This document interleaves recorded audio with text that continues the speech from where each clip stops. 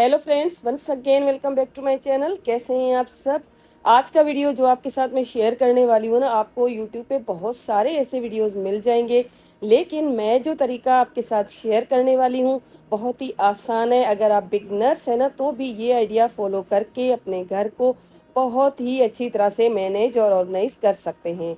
Video को हम start करते हैं। पसंद आ जाए तो लाइक करना बिल्कुल भी ना भूलिएगा। मौसम चेंज होने की वजह से गले में थोड़ी सी तकलीफ है, तो आज आपको इसी आवाज़ के साथ मुझे बर्दाश्त करना होगा।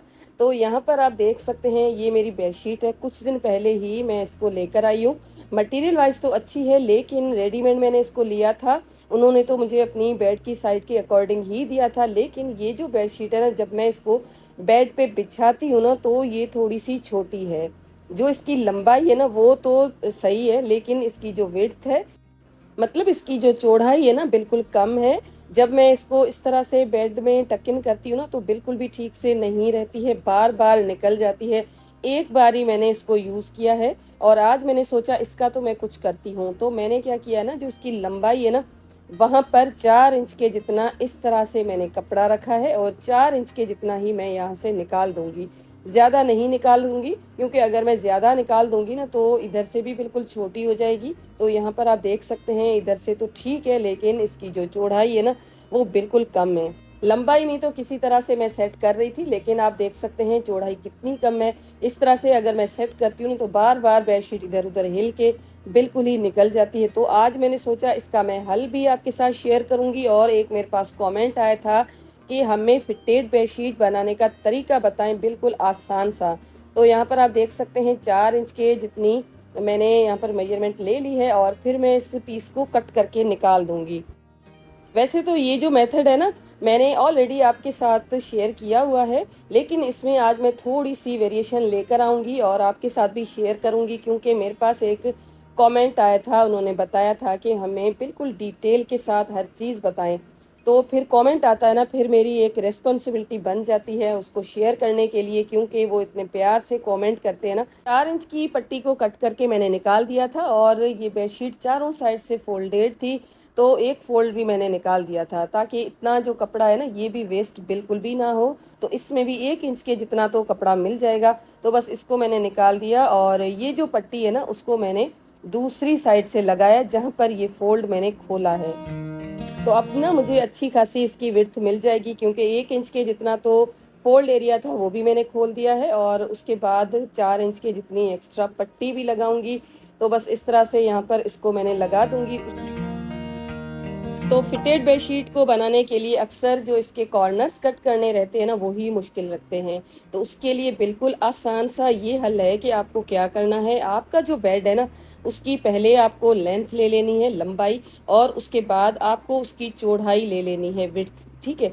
इस तरह से आप ये दोनों मेजरमेंट लेने के बाद आपको अपना इंच टेप है ना, उसको डबल करना है।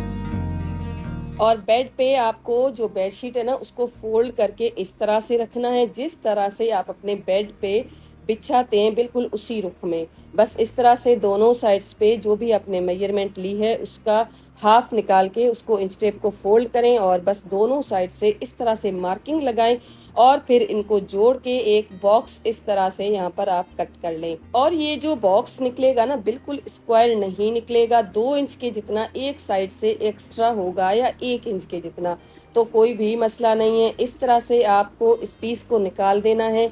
उसके बाद इसके कॉर्नर्स को मिला के सिलाई लगा देनी है। स्क्वायर इसीलिए नहीं निकलेगा कि ये जो बेड होता है ना हमारा, बिल्कुल स्क्वायर नहीं होता है। 2 या 3 इंच के जितना ज़रूर डिफरेंस होता है। अगर थोड़ी सी बेडशीट एक्स्ट्रा हो जाती है तो आप उसको फोल्डिंग में भी कवर कर सकते हैं। तो यहाँ पर इसको मैंने सिलाई लगा दी है और सिलाई लगाने के बाद ये कॉर्नर कुछ इस तरह से सेट हो गया है।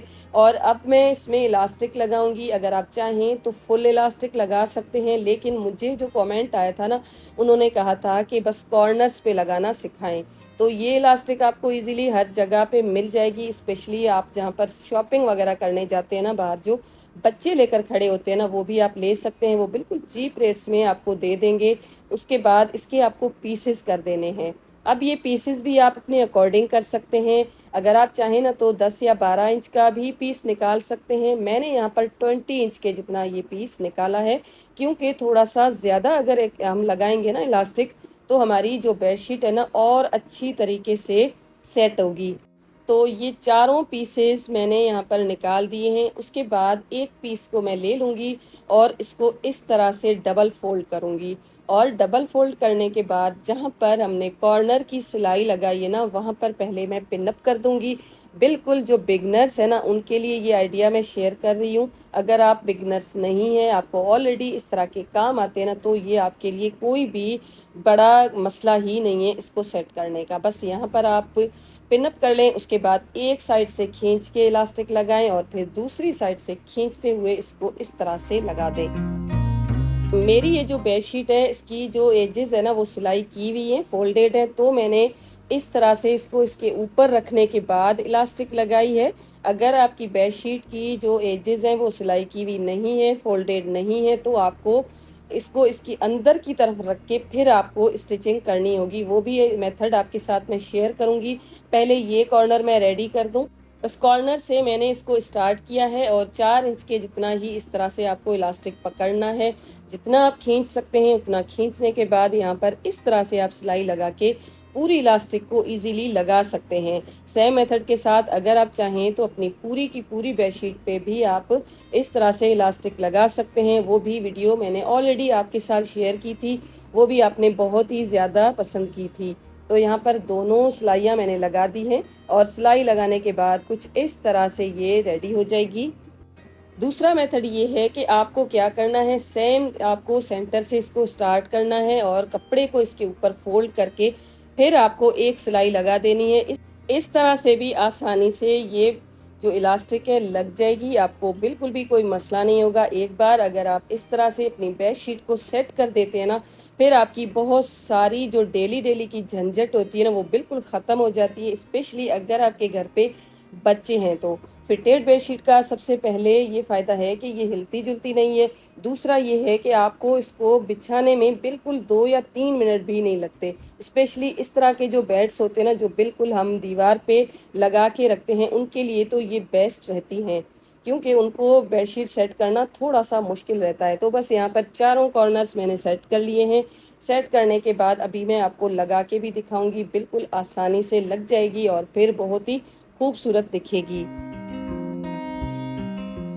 यहाँ पर आप बेडशीट का कॉर्नर चेक कर सकते हैं, यहाँ से भी आपको अंदाज़ा हो जाएगा। इसकी साइड्स को आप चेक कर सकते हैं, बिल्कुल भी ढीली नहीं है। अगर थोड़ी सी इलास्टिक लगाते तो हो सकता है सेंटर जो है ना साइड्स का, थोड़ी सी बेडशीट ढीली रहती। इस तरह से बिल्कुल फिटेड हो गई हैं। आप देख सकते हैं कितनी आसानी के साथ आप इसको फिट कर सकते हैं।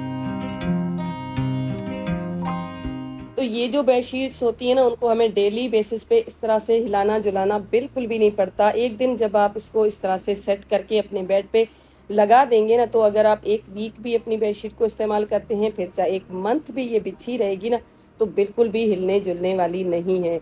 आप मुझे कॉमेंट करके ज़रूर बताइएगा कि ये वाला आइडिया आपको कैसा लगा। वीडियो को जब आप लाइक करते हैं ना, तभी हमें पता चलता है कि आपको वीडियो कैसी लगी है। तो प्लीज़ लाइक करने में ना बिल्कुल कंजूसी ना किया करें। चैनल को सब्सक्राइब भी कर लें अगर अभी तक नहीं किया है, तो साथ में बेल का आइकन दिया हुआ है उसको भी हिट लाजमी कीजिएगा। मिलूंगी ऐसे ही वीडियो के साथ।